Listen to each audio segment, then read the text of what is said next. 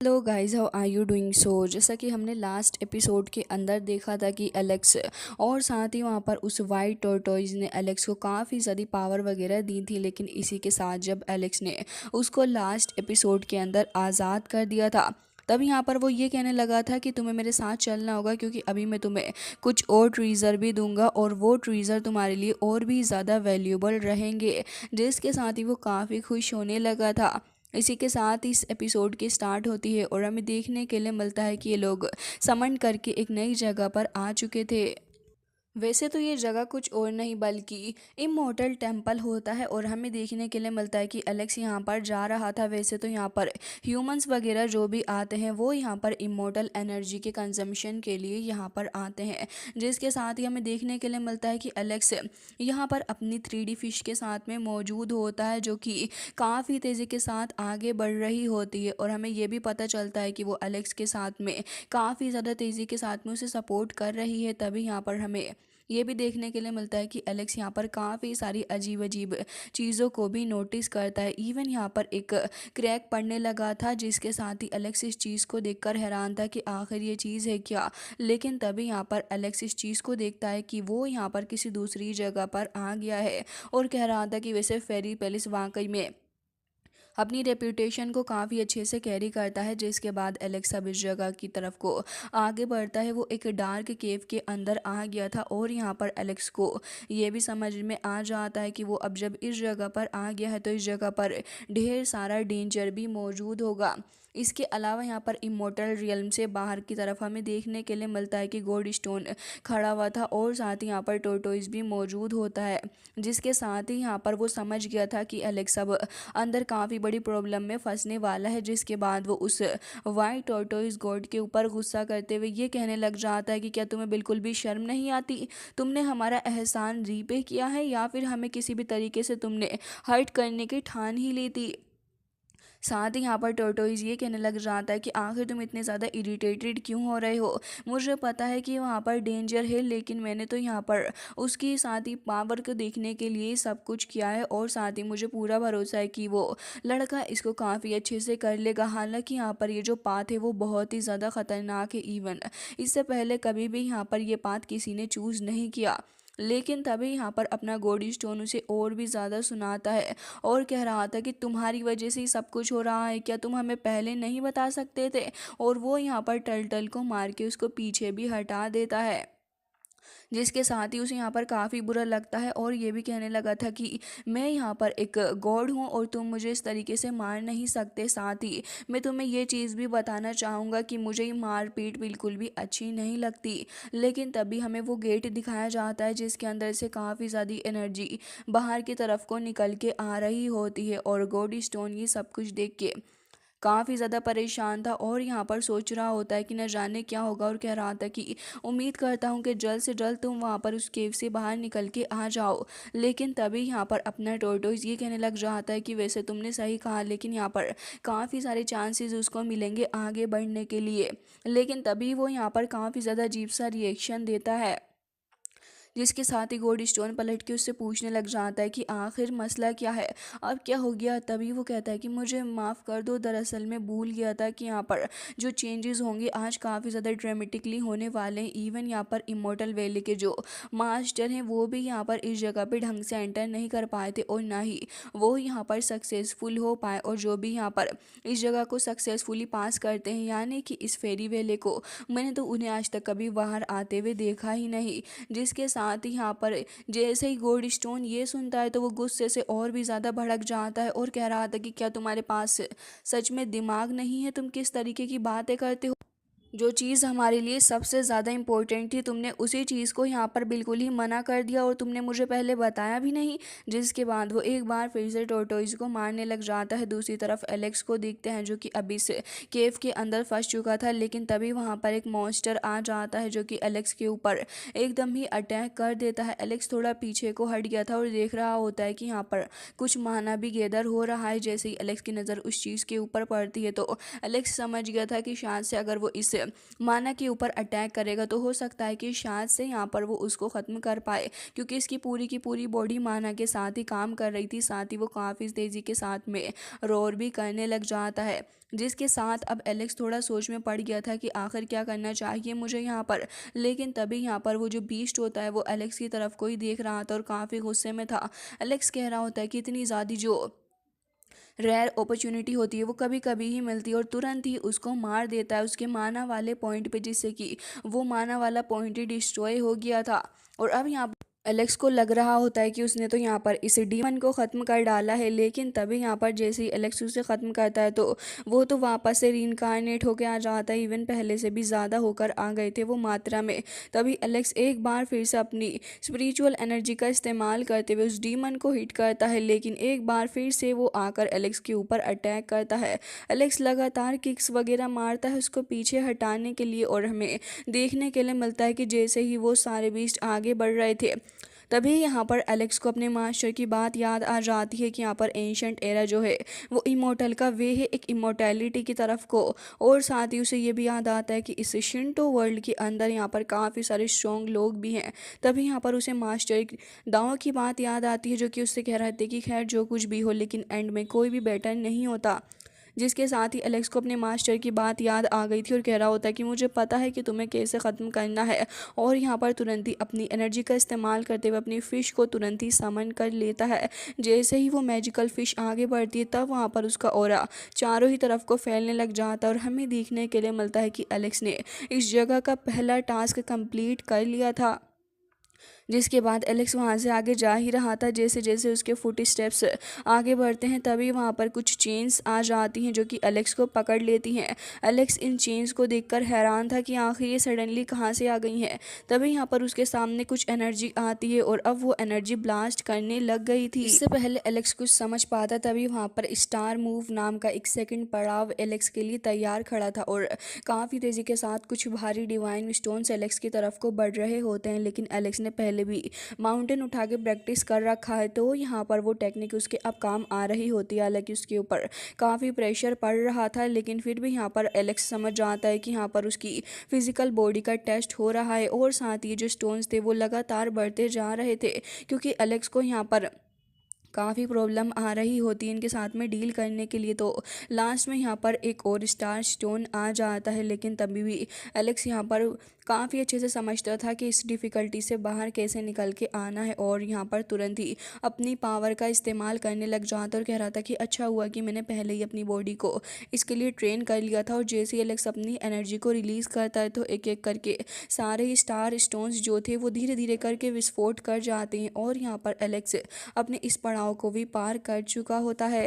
अब एलेक्स के सामने उसका थर्ड पड़ाव भी आ चुका था जिसे एलेक्स को पूरा करना था। तभी वहाँ पर एक डिवाइन आई आ जाती है जिसकी पावर काफ़ी तेज़ी के साथ आगे बढ़ रही थी, लेकिन तभी हमें देखने के लिए मिलता है कि एलेक्स की गोल्डन सोल वहाँ पर आ जाती है, जो कि अपनी एनर्जी रिलीज़ करके उसको ख़त्म करती है। हालांकि यहाँ पर वो चीज़ एक बार फिर से फॉर्म हो जाती है एक फिनिक्स के अंदर, और यहाँ पर एलेक्स भी समझ जाता है कि यहाँ पर उसकी सोल जो है वो पूरी कोशिश कर रही है, लेकिन यहाँ पर उसे अगर एंशिएंट मेथड को प्रैक्टिस करना है तो यहाँ पर इस चीज़ को यहाँ पर उसे ख़त्म करना होगा। लेकिन तभी एलेक्स की सोल बॉडी भी पूरी कोशिश करते हुए उस चीज़ के ऑरा को सप्रेस करने की कोशिश कर रही थी, और वहाँ पर उसको ट्रैप करने की कोशिश कर रही होती है। साथ ही वहाँ पर मैजिकल फिश का भी इस्तेमाल एलेक्स की सोल बॉडी करती है, और हमें देखने के लिए मिलता है कि एलेक्स का ये पड़ाव भी यहाँ पर पूरा हो गया था। और साथ ही एलेक्स कह रहा होता है कि ऐसा क्यों फील हो रहा है कि कोई तो मुझे देख रहा है, ये फीलिंग काफ़ी ज़्यादा अजीब है और ये पहले से भी काफ़ी ज़्यादा डरावनी है। तभी एलेक्स वहाँ पे खड़ा हुआ ही था, लेकिन सडनली काफ़ी ज़्यादा प्रेशर के साथ कोई तो पावर उसकी तरफ को आगे बढ़ रही होती है। तभी यहाँ पर उसे अपने मास्टर की बात एक बार फिर से रियलाइज़ हो जाती है और कह रहा था कि अगर तुम्हें यहाँ पर इन सारी चीज़ों की प्रैक्टिस करनी है तो मिरर स्टोन जो है डिवाइन फायर का, उसके बारे में भी जान लो। और यहाँ पर एलेक्स इस चीज़ को समझ जाता है और तुरंत यहाँ पर उसे अपने मास्टर की बात एक बार फिर से याद आती है, और हमें देखने के लिए मिलता है कि यहाँ पर वो जो पावर थी वो एलेक्स की पावर से जाके टकरा जाती है, और यहाँ पर फाइनली जाके ये पड़ाव भी ख़त्म हुआ। तभी एलेक्स कह रहा होता है कि मैंने एक्सपेक्ट नहीं किया था कि इतना ज़्यादा पावरफुल रहेगा, और साथ ही कह रहा होता है कि यहाँ पर इस जगह पे काफ़ी ज़्यादा अजीब सी चीज़ें हैं, जिसके साथ ही एलेक्स आगे बढ़ रहा था। और साथ ही बाहर जो अपना गोल्ड स्टोन होता है वो बहुत ही ज़्यादा परेशान था और सोच रहा होता है कि न जाने क्या हो रहा होगा अंदर। तभी यहाँ पर टोरटोइज उसको विश्वास दिलाता है कि तुम परेशान मत हो, मुझे तो लग रहा है कि उन्होंने अपनी एक्स्ट्रा ऑर्डिनरी इंड्योरेंस का इस्तेमाल करते हुए फर्स्ट या फिर सेकंड लेवल को पास कर लिया होगा, और मुझे लगता है कि यहाँ पर तुम्हें अब बस इंतज़ार करना चाहिए। वही सारी बातें कह ही रहा था, लेकिन सडनली वो काफ़ी ज़्यादा शॉक्ड हो जाता है और काफ़ी अजीब सा रिएक्शन वो देता है। गोल्ड स्टोन काफ़ी हैरान था और डर के पूछ रहा होता है कि आखिर क्या हुआ है। तभी वो कहने लग जाता है कि मुझे विश्वास नहीं हो रहा कि उसने इमोर्टल एनर्जी को ब्रेक थ्रू कर लिया, ये तो काफ़ी ज़्यादा अजीब बात है। तभी यहाँ पर ये भी कहने लग जाता है कि हिस्ट्री के अंदर ऐसा काफ़ी कम बार हुआ है। जैसे ही गोल्ड स्टोन ये बातें सुनता है तो वो काफ़ी ज़्यादा खुश हो गया था और कह रहा होता है कि आखिर बिग ब्रदर है ही ऐसा जिसके साथ ही वो ये भी कहने लग जाता है कि तुम्हारी वजह से ही वैसे ही सब कुछ हुआ है, और अगर तुम हमें यहाँ ना लाते तो शायद से मेरे एल्डर ब्रदर की हालत ना होती। तब यहाँ पर टोटोइज उसको पीछे हटा के काफ़ी दूर फेंकता है, और इस बार गोल्ड स्टोन थोड़ा चकरा गया था, लेकिन वो एक बार फिर से अटैक करने के लिए आ रहा होता है, जिसके साथ ही यहाँ पर टोटोइज को भी गुस्सा आता है और वो कहने लगा था कि मैं तुमसे पहले भी कह चुका हूँ कि मैं एलिक्सर ऑफ लाइफ हूँ, मुझे परेशान करने की कोई ज़रूरत नहीं, मैं किसी के साथ में भी फाइट नहीं करता हूँ। जिसके बाद हमें देखने के लिए मिलता है कि एलेक्स वहाँ से बाहर निकल के आ गया था, लेकिन जैसे ही वो बाहर आता है तो उसे केव के अंदर की बात याद आने लगी थी। एलेक्स जब केव के अंदर मौजूद था तब वहाँ पर उसको एक बंदा नज़र आता है। एलेक्स उस बंदे को देखकर सोच रहा होता है कि आखिर ये बंदा यहाँ पर क्या कर रहा है, इसके साथ में कुछ ना कुछ मसला तो ज़रूर से ही है। और साथ ही एलेक्स अब ये भी कह रहा था कि वैसे जिस हिसाब से ये बैठा हुआ है ऐसा लग रहा है कि इसकी फिजिकल बॉडी ही यहाँ पर मौजूद है, लेकिन इसकी सोल यहाँ पर मौजूद नहीं है। तभी वहाँ पर उस बंदे की बॉडी के अंदर से कुछ एनर्जी बाहर निकलने लग जाती है।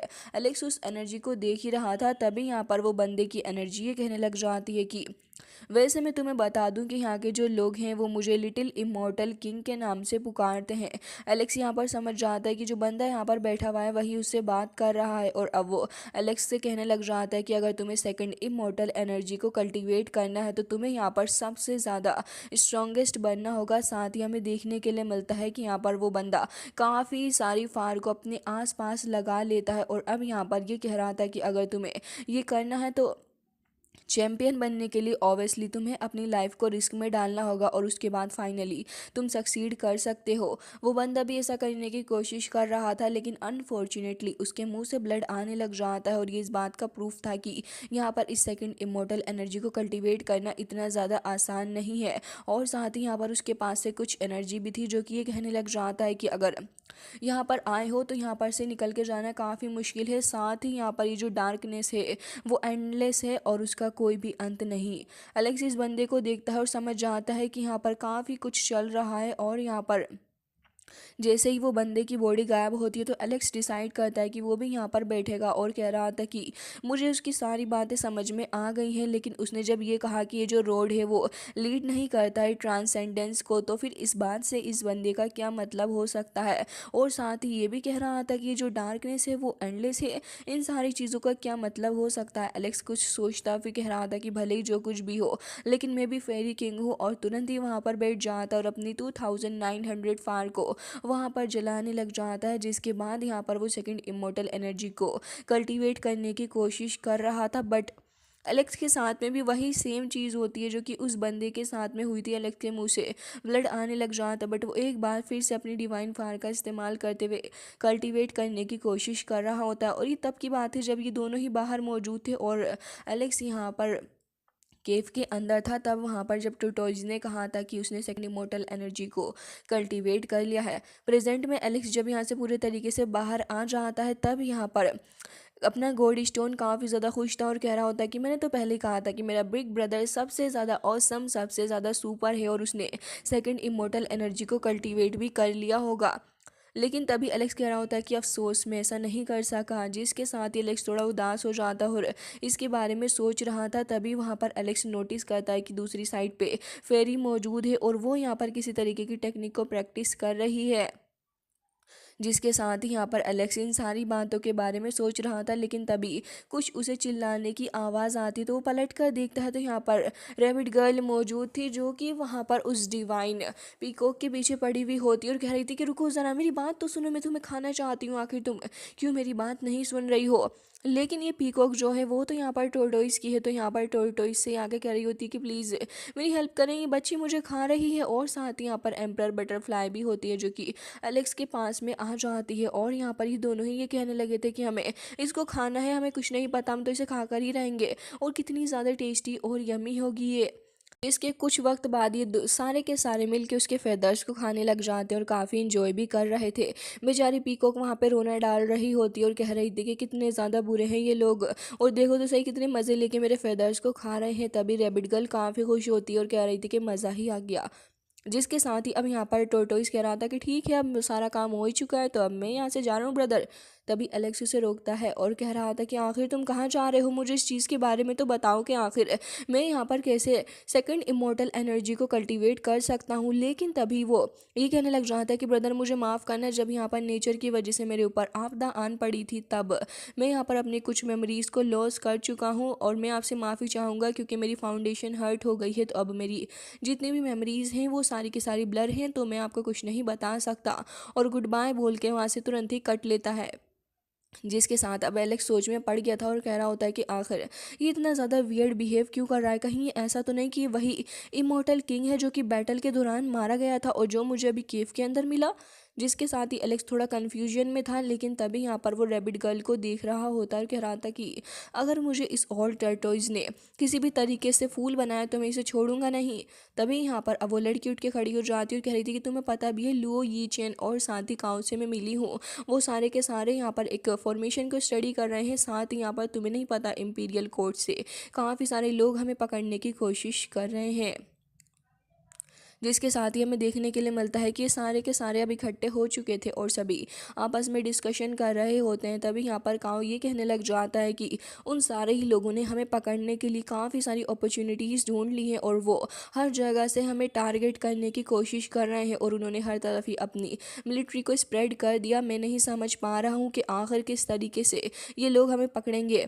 जिसके साथ ही अलेक्स ये कहने लग जाता है कि अगर ऐसी बात है तो फिर ठीक है, इस डिज़ास्टर का सामना तो हमको करना ही होगा।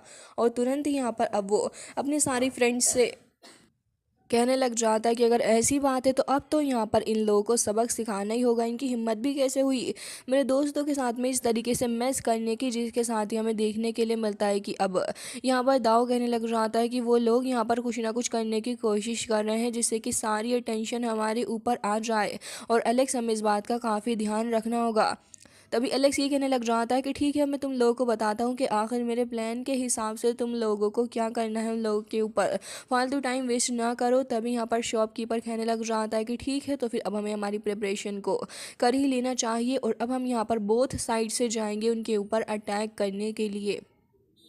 जिसके साथ ही हमें देखने के लिए मिलता है कि अब ये लोग अलग अलग डायरेक्शन की तरफ को चले गए थे, जहाँ डिज़र्ट के अंदर तो शॉपकीपर चला जाता है और जैसे ही वो वहाँ पर आके खड़ा होता है तब वो यहाँ पर तुरंत ही इशारा करता है क्लाउड्स की तरफ को और कह रहा था कि बस भी करो, कितना बेवकूफ़ बनाओगे हमें। जिसके साथ ही वो लोग तुरंत ही उसके सामने अपीयर हो जाते हैं और शॉपकीपर कह रहा था कि मानना पड़ेगा तुम लोग ज़रूरत से ज़्यादा ही खाली हो। जिसके साथ ही दूसरी तरफ हमें देखने के लिए मिलता है कि ये चैन उन लोगों को पीटने लग जाता है और काफ़ी बुरे तरीके से वो उनको ख़त्म करता है। लुओ भी अपना स्पीयर लेके उनके ऊपर अटैक करने लगा था।